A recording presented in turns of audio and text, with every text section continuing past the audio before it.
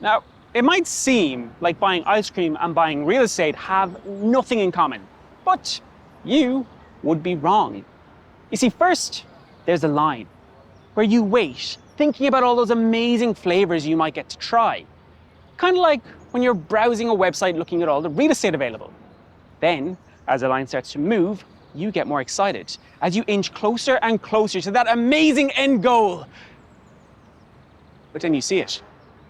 That dreaded sign. Sold out. All your hopes and dreams start to melt away and you crumble into a pit of despair. Look, what I meant to say was whether you're buying a scoop or a condo, patience and a sense of humor are probably going to be your best friend. And hey, at least with ice cream, you can always try a different flavor. Even it doesn't open till 12. That's pre-sale, baby. I mean, it does explain why no one else is here, though. Steven, I got this one. Okay. I'm Adina Dragasanu, and I'm going to be taking you on a real tours of one of my favorite neighborhoods in Vancouver, Mount Pleasant. We're going to start off in the Falls Creek Flats. We'll work our way up Main Street into the heart of Mount Pleasant, and then we'll explore the neighborhood around Mount Pleasant Park. And you know what? As much as I'd love to drive, maybe I will let Steven take this one. It is so lovely to see you again, Adina. It feels so good to be back, Steven. I love it. Thank you for taking that intro off my hands. I feel like you did a much better job than I've done. Adina, the first question I'm asking everyone who sits here in the passenger seat, how would you break down this community? So that's a great question, Steven, because Mount Pleasant actually straddles both the east side and west side of Vancouver. So we have the west side of Mount Pleasant, which starts off from Ontario Street, which is 2 blocks from Main Street, all the way over to Cambie, from about 16th Avenue to about 5th Avenue. And on the east side, Mount Pleasant goes from Ontario Street all the way out to Clark Street. And again, from 16th Avenue down to Terminal. Quite a large area. Yeah. How do we see different personalities in these communities then? Well, there's a lot going on in Mount Pleasant. The reason I wanted to talk about it is a lot of people know about it. A lot of people know about the shops and the restaurants and the neighborhood appeal. We have a center that's very focused on technology and jobs in movies and biotech. It's very developed. You have some cool little breweries. Where we're going to start off in the Falls Creek Flats. It's formerly an industrial area, and the city's looking to preserve that as industrial jobs, but also add a lot of tech, digital media jobs, and healthcare jobs. So there's a lot happening there, and a lot of the cool vibe that people come down to Mount Pleasant for. Why did you get into real estate in the first place? So I got into real estate fresh out of university. I had a bit of an inkling while I was studying here at university. I went to UBC. I was studying marketing, and I had a bit of an inkling I wanted to go into real estate because I loved working with people. My parents weren't so keen about the idea, right? They put a lot of effort into getting me into university and getting through, and I had some big internships working in marketing roles. But what I found while I was working marketing is that I wasn't as connected to the people I was working with as I wanted to be. And really, real estate really offered that opportunity. And it's so interesting to me because real estate is how we live our lives, right? Whether we're dealing with residential real estate of where people are coming home to after work, or commercial real estate of, where people are working and living and thriving. It's all about how we live our lives and how we prioritize our time. Adina, I have thoroughly enjoyed catching up with you again. But I would love to see these Falls Creek Flats that we've been talking about. So let's park up and take a look. Let's go.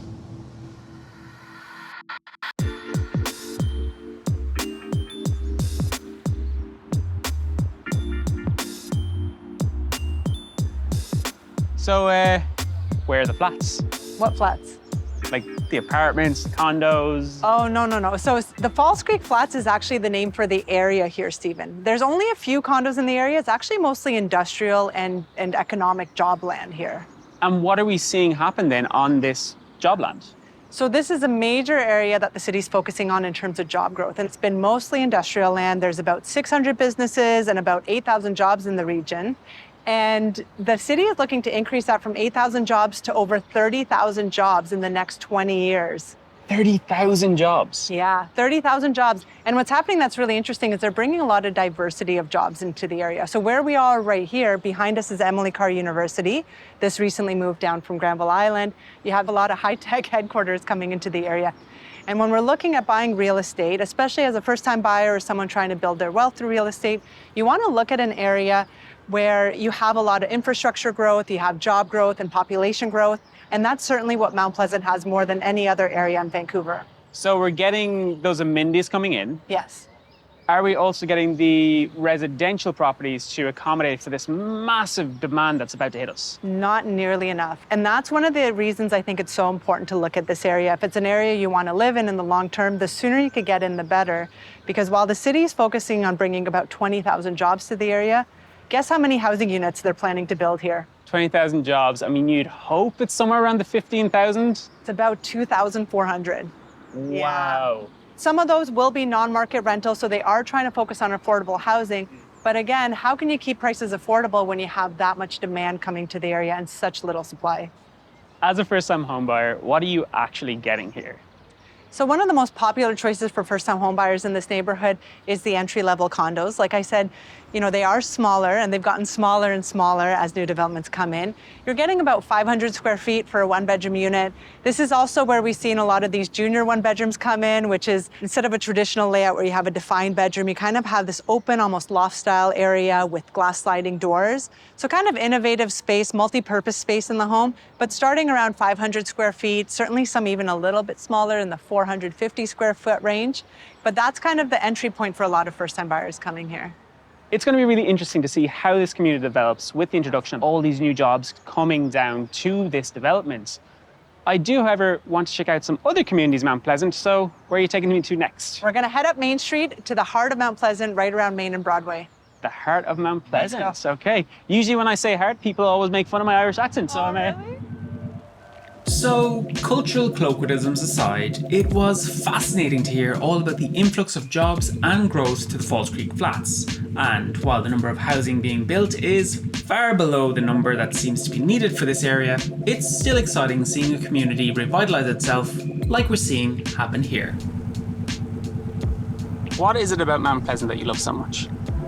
I think I love the neighborhood. I was a resident of Mount Pleasant for many years. Now I'm just on the edge of it. But what I really love about it from a real estate perspective, I think it's one of the most strategic areas in the city. If you're looking to get into the market and work your way up the market, I think it's one of the best places to start. Okay, so realistically speaking, I am an aging millennial. Yes. I feel like it's a joke that I've been saying now for too many years. Yeah. What is the likelihood of me being able to afford some property in Mount Pleasant? Well, it really depends, I think, on what your priorities are. Depends on your income, how much savings you have, But, most of our clients who buy their first properties in Mount Pleasant are just like you. They're millennials. They've, saved up a little bit of cash. They have good jobs and they want to get a foothold in the market. Most of our clients who started off exactly where you are, they start with a little condo, then they work their way up the property ladder, build some equity, move to a townhouse or a duplex, and then eventually move to a detached property. So what you're saying is there is hope. There's absolutely hope, Stephen. Leaving the flats behind, I was so curious to see what the epicenter of Mount Pleasant had to offer a newcomer to the area like me. Someone who loves their creature comforts, but wants a bit more character than the cold concrete of downtown. So this is the heart of Mount Pleasant. We're right in it, yep. And what are we seeing around us then? So here we're on the west side of Mount Pleasant. Where we are specifically right now is actually more of a commercial area. This is where we have a lot of the biotech and the high-tech jobs coming in. So if this is the commercial, then where is the residential? So the residential area is all around here. When we look at the Broadway and Main Street area, that's where you have a lot of the newer condo developments. When we talked about the entry-level condos, a lot of them are going in around there.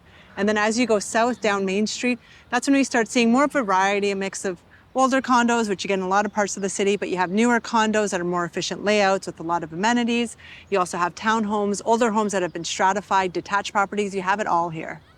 Who are we seeing drawn to these different types of properties then? The primary market for the condos here tends to be first-time buyers, also investors who are looking to rent to first-time buyers, and a lot of people like you, young professionals, just wanting to be in a really up-and-coming neighborhood. And we see a lot of the people who live around here really value that lifestyle aspect. They want to stay central to where their community is, be able to walk and bike everywhere and live here. Adina, I'd love to get your insight into Mount Pleasant recently being ranked one of the coolest neighborhoods in all of North America. I think it's pretty accurate. Like, you can't deny it. You have some of the hottest restaurants, some of the coolest local shops around here. You have tons of breweries all scattered through the neighborhood. Super walkable. We've got lots of bike lanes. They're close to the seawall. You've got beautiful parks like this. I can't really argue with it. What impact do you think the Broadway corridor is going to have on Mount Pleasant? It's going to have a massive impact, and that's actually the biggest infrastructure investment that we see in the area. So the SkyTrain is going to connect from VCC Clark, where it currently ends. It will go out to Emily Carr University, where we were at the False Creek Flats, and it'll come and link up to Main and Broadway, and then go down Broadway to Arbutus, from East Mount Pleasant to West Mount Pleasant, bring a lot of jobs to the mix, hopefully a lot of housing, and really make it even more of a walkable and connected community. The heart of Mount Pleasant surely has not disappointed. It has a charm and a quaintness that I think has drawn me in. I can't wait to see the next place you're going to take us. Well, I'm excited to show it to you. We're heading over to the area of the Mount Pleasant Park, and there's a lot of charm in that neighborhood. More charm. I love it. Mount Pleasant just seems like this wonderful place of character. Here's the thing about hearts. They're depicted as cute, round, hallmark symbols. But really, they're workhorses, pumping life into the environment. And it was evident as I stood on the crest of the hill that this community had a hell of a lot of life in it. Talk to me more about a residential realtor, because we talk about breaking down the communities, but we don't tend to talk about breaking down realtors and their different specialities. What are these different specialities, and what should someone be aware of if they're looking for that realtor for themselves? I think the most important thing to look for when you're looking in for a realtor is someone who understands your lifestyle and what you want, who understands the type of property in the neighborhoods that you're looking for. To me, a good realtor is someone who really knows the community and can help show you some of the positives and some of the opportunities, but also some of the pitfalls that you might need to be aware of. You know, if there's a building that has issues, a great realtor will help you assess your options, understand the trade-offs of the different properties that you see, and really understand which of those options is going to best help you get to where you want to be, not just now, but in 3, 5, 10 years from now. Moving further south, I was curious to see how the community at Mount Pleasant Park was adapting to the rising prices of single-family homes and how they are making it work for them. You're right, this place certainly has charm. Am I right in saying that I'm mainly seeing single-family homes here? Well, actually, that's what's interesting about this neighborhood. It looks like a lot of single-family homes, but most of these are older homes that have character, and someone had bought them and stratified them. For example, this house down the street here, you see that there's 2 doors. I do. Yeah, so from the outside, it might look like a single-family residential, but it's split up into 2, possibly even more units. A lot of the homes in this neighborhood have been split up into 2 to 5 units. What is the benefit of living in a property like this? Primarily, it's affordability, right? Being able to live in this amazing neighborhood. A detached property here, you could be $3, $4, $5 million. So being able to live in a stratified unit that's only 2 bedrooms, you could be maybe 1 to 1.5 million. So the fact that you're able to live in this neighborhood, get the feel of living in a big house without the big cost of it. What you've been able to do is preserve the character and the residential feel of this neighborhood while adding more density in a very sensible way. So I actually think it's one of the most interesting neighborhoods in Vancouver because of that. Is what we're looking at then the kind of end goal of the Mount Pleasant journey? For some people, it could be. I think this is definitely a stepping stone for young buyers with families. It's also a stepping stone for downsizers who want to be able to stay in the neighborhood but don't want the maintenance of a big house. So for some it is, and for some it's a stepping stone. The question I know you love the most, what are the pros and cons of this neighborhood? I think the pros of this neighborhood is that it truly feels like a residential, beautiful community. I'd say the only cons about this neighborhood is it's challenging to get into because it's not a very big area that has this housing type. But I'd say there aren't many cons other than that around here. So get in now and don't let go. That's the motto here. Mount Pleasant truly does have a diversity of options for those looking for homes. I just would love to see the inside of one of these duplexes. Well, let's go have a look at a duplex. We got to go inside? Let's go, yeah. Amazing.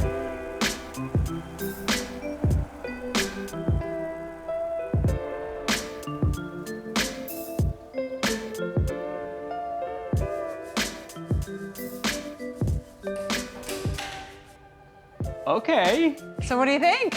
I like it. This is a new build, right? This is a brand new duplex here in Mount Pleasant. It is so modern. I love just how clean everything is. Is this a typical type of property for this community? Sort of. So this is a brand new duplex, right? This is someone who's come in, torn down an old house, and built this brand new duplex with a front unit and a back unit. And that's something we're seeing more often? Very common in this neighborhood, yeah. What are some of the reasons we are seeing people buy these new duplexes as opposed to some of the older homes that we saw in some of the other communities? And that's a great question because the cost of a new duplex like this is almost on par with an older detached home in the same neighborhood, right? So why would someone purchase this? It's really about the quality of the home you're getting and the maintenance, right? So you're buying something brand new with amazing features. You typically get high-end appliances, you'll get nice gas stoves, integrated fridges, you get wine fridges, air conditioning, right? Insulated windows, you don't have to worry about electrical and plumbing, which you typically have to worry about with an older home. It's a property that you can enjoy for years without having to worry about big replacement costs. What about size? What are the ranges that we're seeing in these kind of duplexes? Well, so that's actually one of the other reasons people buy these is because of the size and the layout. So this is a larger duplex for the neighborhood. Typically, you'll see them about 3 bedrooms, 1,500 square feet. This is almost 1,800 square feet with 4 bedrooms and 4 bathrooms. You definitely wouldn't get that in an older home in this neighborhood. Give me 3 tips to buying a new build, a duplex like this. I think the most important thing with brand new construction like this is really figuring out who the developer is. Having a reputable developer is critical because you don't always see the flaws and the defects right away when you're purchasing it. Number 2 is just obviously really assessing the neighborhood and the location. You can't pick your house up and move it if you don't like it later on. And number 3 is really figuring out the layout, that the flow and the function of the layout really works for you and your needs. Sometimes it's easy to walk into a show home, see the staging, and just fall in love without really thinking of where you'd put your belongings and how it fits your lifestyle. Adina, thank you so much for showing us around today. Not only have you been massively educational, but also inspirational. I feel like I might actually get a chance to own a home in Vancouver now. I'm so happy to hear that, Stephen, because that's my number 1 goal is educating people on their options and making them feel empowered to actually take action. You have been so helpful today for us. I wanted to repay the favor, and I hear that the ice cream shop is finally open. Let's go. As the curtain closes on the last episode of Season 1 of RealTours, I couldn't help but think back to Adina's first outing on the show. In 2022, she was the first realtor to jump into this crazy adventure with me, a then fresh-faced Irish immigrant who, to be honest, didn't know squat about real estate. Back then, it was just one camera guy and a photographer to document the day. We were a ragtag bunch of misfits, and Adina was our champion. Sure, this time around we had some more cameras and better audio, but Adina was as amazing as she was when we first met, only this time taking on the community of Mount Pleasant, a neighbourhood full of culture and life. Today really was a lesson in what makes the heart of this amazing city tick. And what I've come to learn over my weeks on this show is that these cities and towns can be full of amenities and beautiful vistas or beaches even. But at the end of the day, it's the people who live there that make the place a home, that really make it a community. As for Adina, well, let's just say it's not the last we're seeing of her. And I, for one, I'm excited to continue the adventure when my time finally does come to buy in Canada.